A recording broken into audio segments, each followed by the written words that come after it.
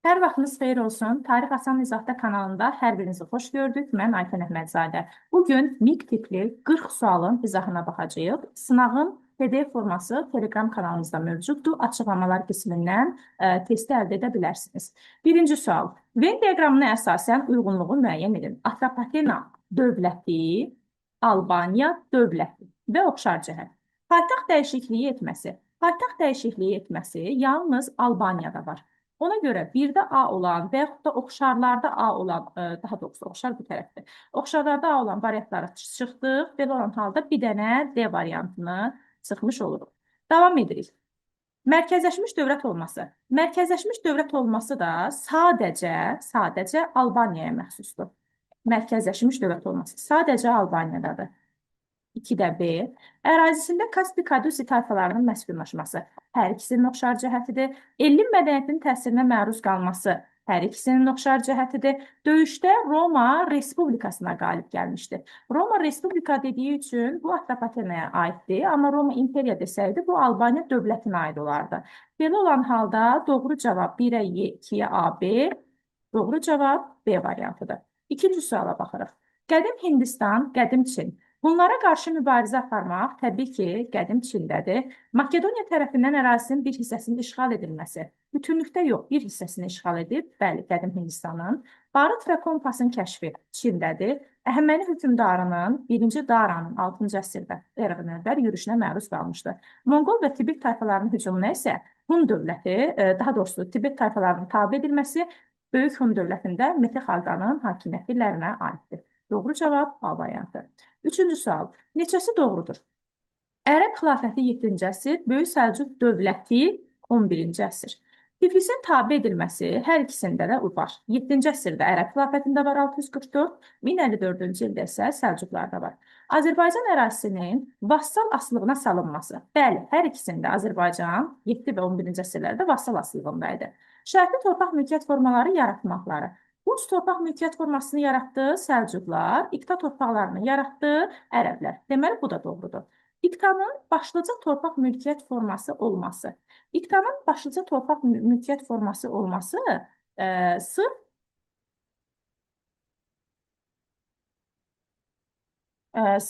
Səlcuqlara aiddir. Çünki Ərəb xilafətində başlıca torpaq mülkiyyət forması divan sayılırdı. Divan. Ona görə də 4, məsələn, bunların oxşar cəhəti deyil. Bizans üzərində qələbə 7-ci əsrdə Ərəb xilafəti, Böyük Səlcuq dövləti 11-ci əsrdə hər ikisinə aiddir. Burada doğru cavab, 4 doğru cavab var. Bu da C variantına uyğundur. Dördüncü suala baxırıq. Əməvilər dövründə, Əməvilərin hakimiyyəti dövrünə aiddir. Əməvilər sülaləsi 661-750-ci illərdə əhatə edir. Ərəblərin Avropanın içərilərinə doğru irəliyə bilməməsi. Bəli, Fatih döyüşünün nəticəsində Ərəb xilafəti məğlub olur və Avropanın içərilərinə doğru irəliyə bilmir. Kordova xilafəti 756-dır. Ona görə də Əməvilər sülaləsinin hakimiyyəti dövrünə düşmür. Yaradıcıları narazı Əməvi şəhzadələridir, keçmiş Əməvi şəhzadələri. Amma yaranması məhz bu dövrə düşmür. Əbu Müslimin başçılığı altında üsyan məhz 750-ci ildədir və Əməvi sülaləsinə qarşı baş verib, Əməviləri devirib. Bütün Ərəbistan yarımadasının tutulması Rəşidi xəlifələrinin dövründədir. Mərkəzi Asiya və Hindistanın şimal-qərbinin ələ keçirilməsi də Əməvilərə aiddir. A, C, Y doğru cavab A variantıdır. Növbəti testə baxırıq. Qaraqoyunlu Cahanşahın fəaliyyətinə aiddir. Səfəvilər üzərində qələbə. Bəli, 1460-cı il Samur döyüşündə qələbə qazanmışdı. Teymuri Şahruxa məğlub olması. Teymuri Şahruxdan asılılıq qəbul edib. Amma bu dinc yollu olub, yəni aralarında hər hansı bir döyüş və yaxud da müharibə olmayıb. Hərbi islahatın həyata keçirilməsi olub. Şirvanşahların tabe edilməsi. Şirvanşahların tabe edib birinci hökmdar olan Qara Yusif, Cahanşahın dövründə isə əksinə Şirvanşahlarla müttəfiqlik münasibəti var idi, hansı ki, elə bu Səfəvilərə qarşı apardığı Samur döyüşündə. Manna dövlətinə aiddir. Manna dövləti eradan əvvəl 9-cu əsrdən 6-cı əsrə qədər mövcud olub. Burada yazır ki, 6-cı əsrin ortalarında, 6-cı əsrin ortalarında Manna ümumiyyətlə olmayıb. Elli mədəniyyətin təsiri İskəndərin vaxtından olub, yəni heç bu elli mədəniyyətin təsirinə də məruz qalmayıb. 11 yox, 9 Əhəməniləri də Manna görməyib. Asur hökmdarı 2-ci Sarqonla bəli, ittifaq yaratmışdı. Keçirik 7-ci suala. Eradan əvvəl 8, 7, 6-cı əsrlər. Dorilərin Mikena mədəniyyətini məhv etməsi. Dorilərin Mikena mədəniyyətini məhv etməsi eradan əvvəl 2-ci minillikdir. Ona görə də bunların heç biri 2-ci minilliyə aid olmadığına görə variantlarda A olan bütün cavabları silməliyik. Baxın, A-ların hamısı gedəndən sonra geriyə qalır sadəcə D variantı. Hansı ki, MİQ-də də, abituriyentlər də həmçinin qəbulda da, yəni çıxış üsulu həmişə köməyinizə çatacaq. Qədim daş dövrü, orta daş dövrü və neolit dövrü. Əhalinin gəmiçiliyi ilə məşğul olması orta daş dövründə, yəni mezolitdədir. Yalnız istehsal təsərrüfatı idi, düzdür. Yalnız istehlak idi. Sadəcə mənimsəmə təsərrüfatı idi bu dövrdə. Axirət dünyasına inamın mövcud olması, bəli, qədim daş dövründədir. Heyvanların əhliləşdirilməyə başlanılması deyirsə, doğrudur. Əkinçiliyin yaranması var, amma müstəqil sənət sahəsinə çevrilməsi erkən tuncdadır. Balıq ovlamaq üçün harpunlardan istifadə edildi. Bəli, bu ortadaş dövrünə aiddir. İnsanların oturaq həyata keçməsi neolitdədir. Dəmir toxa. Baxın, toxa var, amma bu dəmir toxa deyildi.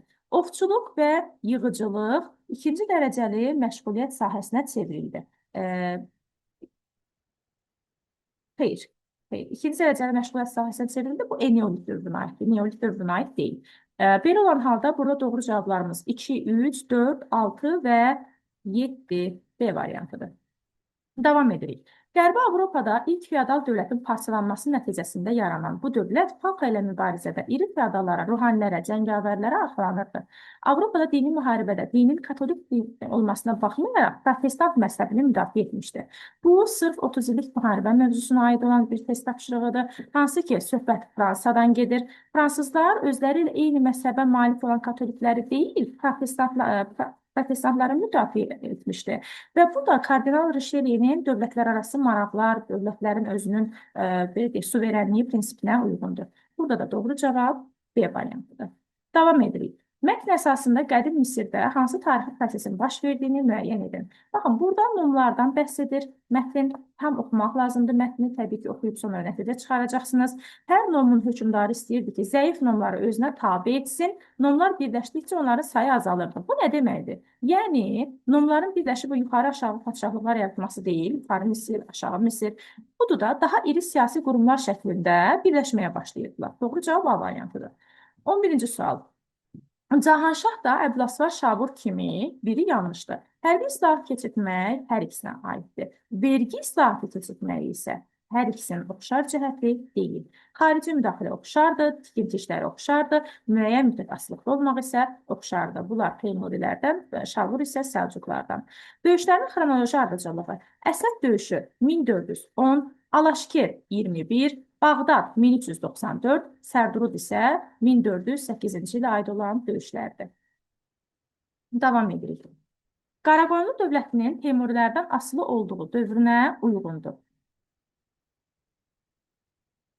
Təbriz döyüşü. Təbriz döyüşü 1435-dir, lakin Təbriz döyüşündən sonra bu asılılıq baş verib. Ona görə də bir olan variantlar çıxırıq. Şeyx Cüneydin Ərdəbildən qovulması 49-dur. Asılılıq dövrü isə 47-yə qədərdir. Yəni, 2 də doğru cavabların içərisində deyil. Belə olan halda doğru cavabımız yalnız Y variantıdır. Hansı ki, erməni katolikosluğunun mərkəzinə köçürülməsi 1441-ci ilə aiddir və bu da doğru cavabdır. Alaşker isə məlum məsələ 1421-dir. Neçəsi doğru deyil. Tudorların hakimiyyətinə aid. Şimali Amerikada koloniya salmağa çalışırdılar. Doğrudur. Yelizavetanın dövründə bunlar koloniya salmağa çalışıb. Amma təbii ki, müvəffəq ola bilməyiblər. Kral reformasiyasının həyata keçirilməsi, bu da doğrudur, 16-cı əsrin birinci yarısına düşür. Yüzülük müharibə nəticəsində Fransaya məğlub olublar. Baxın, əslində yüzülük müharibənin nəticəsində Fransaya məğlub olublar, amma bu Tudorlar sülaləsinə aid deyil axı. Ona görə də bu yanlışdır. Hindistanda müstəmləkə siyasəti həyata keçirmək üçün şirkət yaradılmışdı. Bəli, 1630 şirkəti Tudorlara düşür.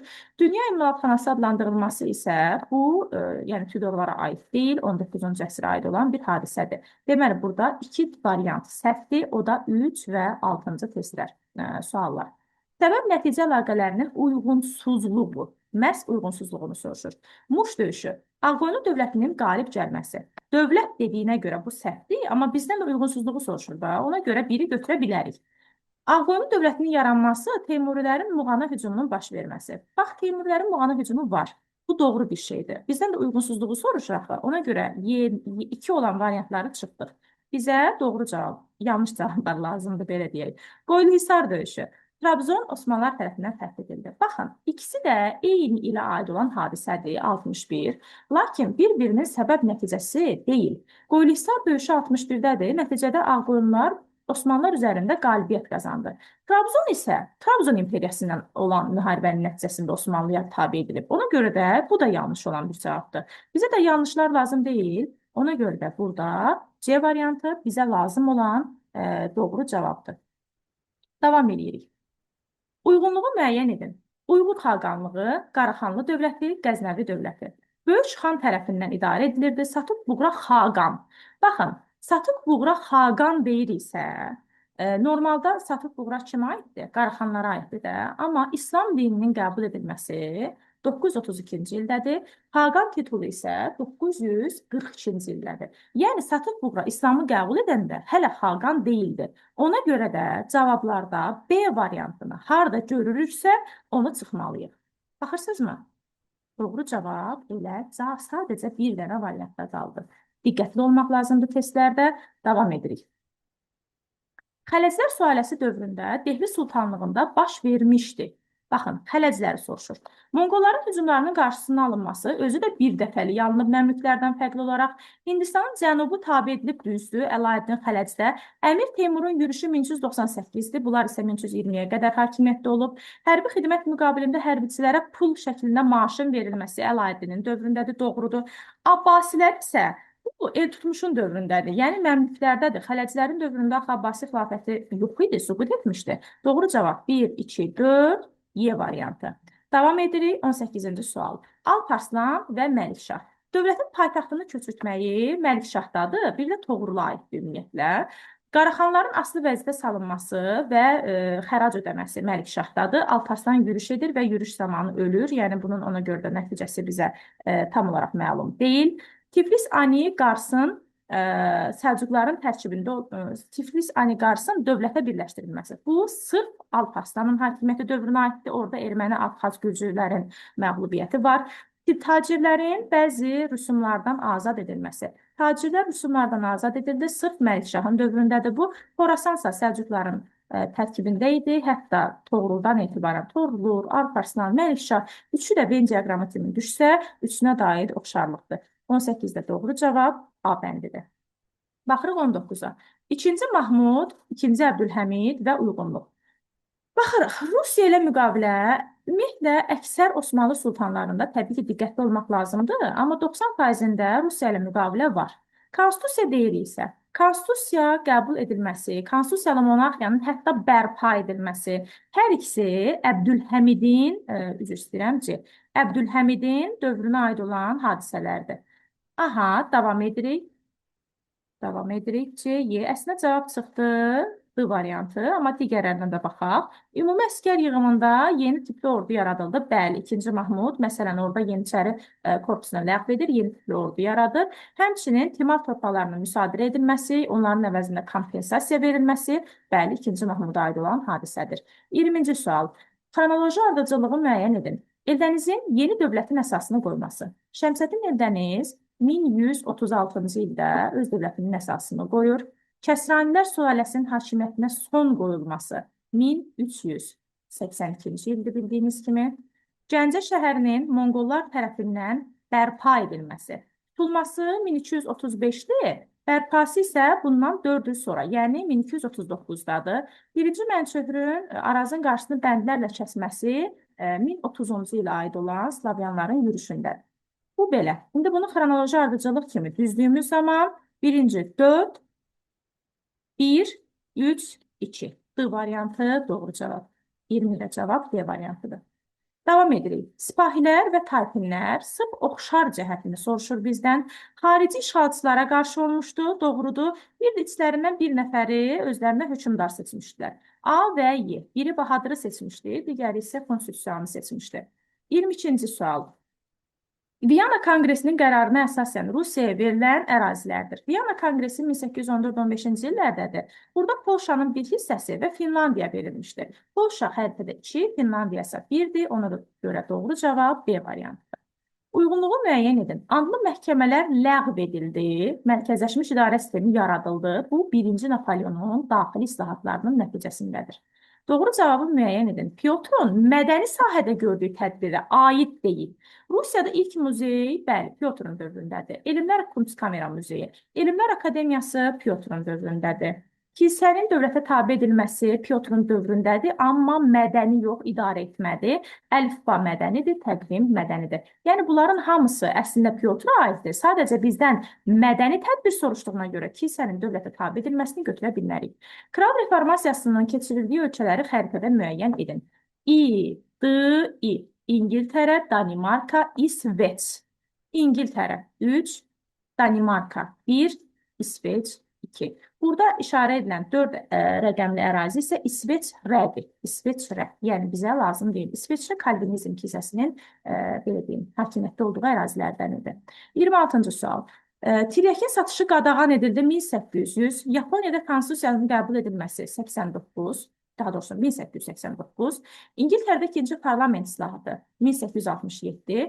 ABŞ və Yaponiya arasında müqavilənin imzalanması 1854. İndi bunu xronologiya kimi düzdüyümüz zaman 1, 4, 3, 2 alınır. Bu da uyğundur 26 Y variantına. 27-ci sual. Hansı Osmanlı sultanına aid məlumat yoxdur? Nazirliyin yaradılması 2-ci Mahmuddadır. Yunanistana müstəqillik verilməsi də ondadır. Yanğından mühafizə dəstələri 3-cü Əhməddədir. Qumbaraçılar ocağı 1-ci Mahmuddadır. Krit adasını hələ ki saxlayaq. Yeniçərilərə verilən 3 aydan bir maaş isə 3-cü Səlimdə kəsilir. Baxın, Krit adası və Kipr adası. Kipr adası 2-ci Səlimdədir. Krit adası isə Fazil Əhməd Paşanın sədr-əzəmliyi dövründə Osmanlıya birləşdirilmişdir. Birinci Dünya müharibəsinə aid olan hadisələrdən hansı daha əvvəl baş verib? Kutul Əmarə döyüşü 1916-dır, Somma döyüşü 16-dır, Gümrü ümumiyyətlə 1-ci dünyaya aid deyil, Marna döyüşü 14-dür, Yutlandiya təbii ki 16-dır. Davam edirik.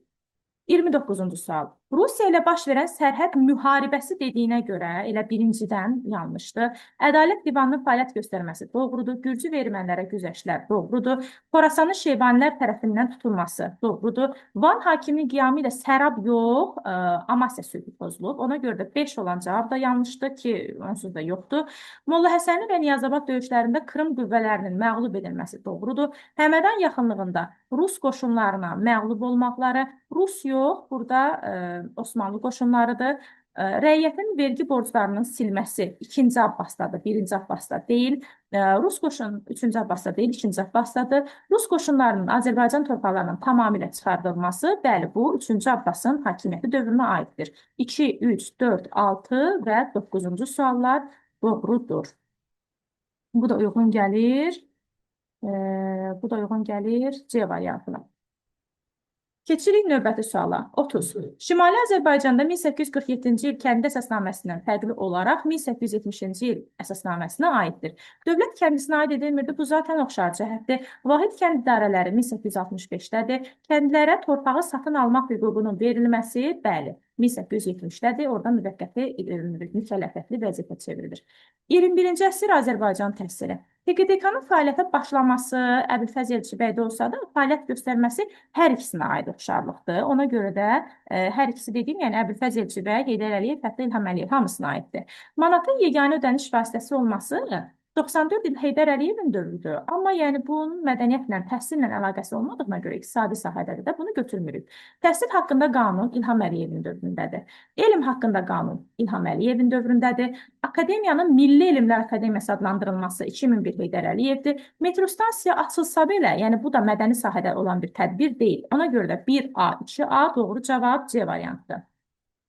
Lyndon Johnson uyğunluğu soruşur təbii ki. Burada əsas fikir verəcəyik nəyə? Daxili siyasət və xarici siyasət məsələsinə. Baxırıq, Körfəz müharibəsinin baş verməsi ümumiyyətlə bunların heç birinə aid deyil. 90-cı illər George Bush'un, böyük George Bush'un hakimiyyəti dövrüdür. Ona görə də A olan variantları ümumiyyətlə çıxdıq. Burada 2 dənə variantımız qalır bizim. Richard Nixon, daxili siyasəti, yeni iqtisadi siyasət. Bəli, Richard Nixonun daxili siyasəti yeni iqtisadi siyasətdir. Bu da 2-yə B variantına uyğun gəlir. Davamına da baxırıq. Bir, Lyndon Johnsonun xarici siyasəti, bəli, 65-ci ildə Vyetnama qoşun yeritməsi onun elə ən böyük səhvi idi. Bill Clintonun xarici siyasətində isə Minsk qrupunun həmsədrlərindən birinə çevrilmişdi. ABŞ doğru cavabdır. AXC-nin ikinci hökumət kabinetinin fəaliyyəti dövrünə aiddir.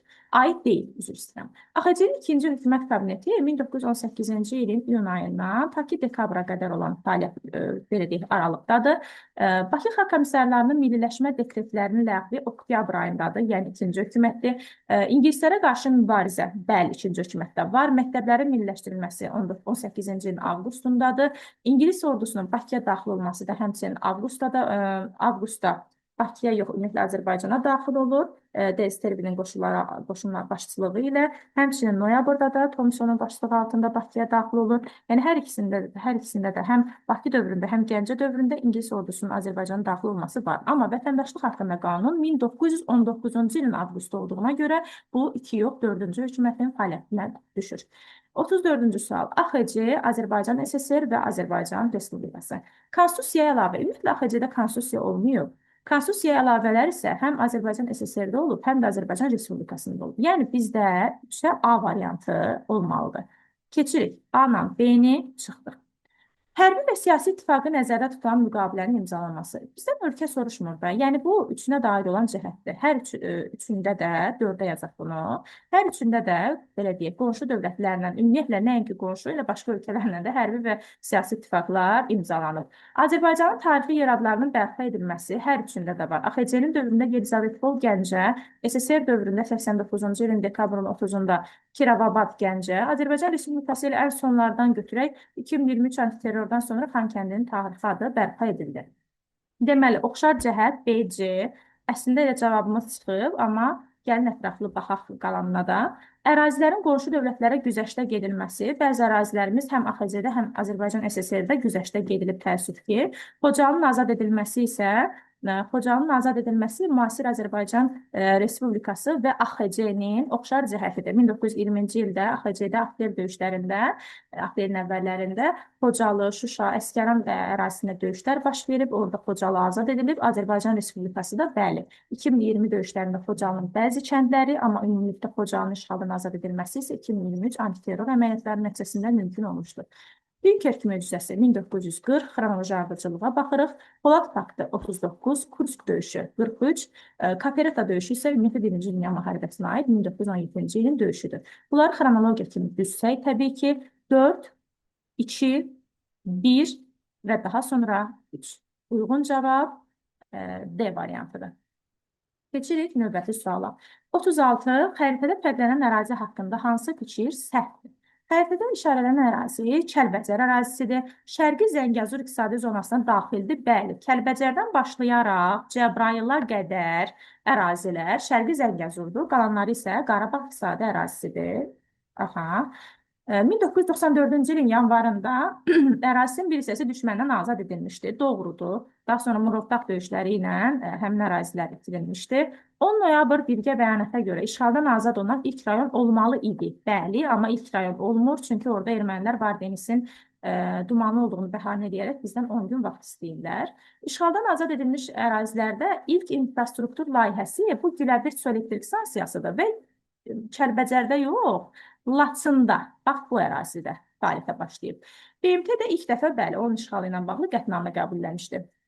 İlham Əliyevin 4-cü prezidentlik dövrünə aid deyil. İlham Əliyevin 4-cü prezidentlik dövrü 2018-ci ildən ta ki 2024-cü ilin fevralına qədər davam edir. 2024-ün fevralı. Formula 1 yarışlarının ölkəmizdə keçirilməsi, baxın, ölkəmizdə keçirilməyə başlaması desə 2016 olardı. Amma ümumiyyətlə Formula 1 yarışması bu günə kimi hər il 2016-dan bu yana ölkəmizdə keçirilir. Yəni oxşardır. Qoşulmama hərəkatına sədr seçilmişi 2019-da, Şuşa şəhərinin Türk dünyasının mədəniyyət paytaxtına çevrilməsi 2023-dədir. Moskva bəyannaməsinin imzalanması isə 2023-dədir. Qarabağ bəyannaməsi isə 2024-ün iyun ayındadır. Yəni 5-ci prezidentlik dövrünə uyğun gəlir. Davam edirik. Uyğunluğu müəyyən edin. 19-cu əsrin sonlarında Britaniyanın idarəçiliyi altında düşmüşdü. 21-ci əsrin əvvəllərində ərazisində inqilablar baş vermişdi. Söhbət 1880-ci illərdə İngiltərə tərəfindən tutulan Misirdən gedir. Hansı ki, 2010-cu ildə başlayan domino təsiri ilə yayılan Tunisdə başlayıb, həmin o Ərəb baharı nəticəsində Misirdə hakimiyyət devrilmişdir, bilirsiniz ki. Doğru cavab 2-dir. Əlcəzair, Liviya, bu ərazi isə Səudiyyə Ərəbistanıdır, bura Suriyadır. Belə, davam edirik. 39-cu sual. Cənubi Azərbaycanın 1917-20-ci illər tarixinə aid deyil. İngilis qoşunlarının işğal altında olması doğru cavabdır. Azadistan adlandırılması doğrudur. Bəli, ilk dəfə Muxtariyyət Cənubdadır. Ana dilində, baxın, Təcəddüd qəzeti fars dilində nəşrə başlayıb 1917-ci ildə. Ana dilində yox. 40-cı, sonuncu suala baxırıq. Xəritədə işarələnən xanlıqların 1-ci Rus-Qacar müharibəsi dövrünə aid oxşar cəhət. Xanlıqlarımızı birinci təbii ki, biz burada müəyyənləşdirməliyik ki, Quba və Şəki xanlıqlarından söhbət gedir. Georgiyevsk müqaviləsini imzalayan xanlıqlarımız Quba və Lənkəran xanlıqlarıdır. Ona görə bu cavab getdi. Gəncə xanlığına hərbi yardım göndərmələri ümumiyyətlə 1-ci Rus-Qacar müharibəsi dövründə Gəncə işğal edilməyib, əvvəl işğal edilib. Ləğv edilərək əyalətə çevrilmələri. Bunlar heç biri tutulan kimi ləğv edilməyib və ləğv edilən kimi də əyalətə çevrilməyib. Şəkidə müvəqqəti idarə, Qubada isə əyalət şurası yaradılmışdır. Ərazisində Rusiya əleyhinə üsyanların olması, bəli, bu ikisinə də aid oxşar cəhətdir. Hərbi rəisliyi isə sadəcə Qubada idi. Bu qədər. Bu bizim sınağımız. Ümid edirəm ki, sizə faydalı olar. Əgər bu cür videolarımızın, sınaqlarımızın davamlı gəlməyini istəyirsinizsə, zəhmət olmasa bunu rəy bölməsində qeyd edərsiniz. İzlədiyinizə görə təşəkkür edirəm.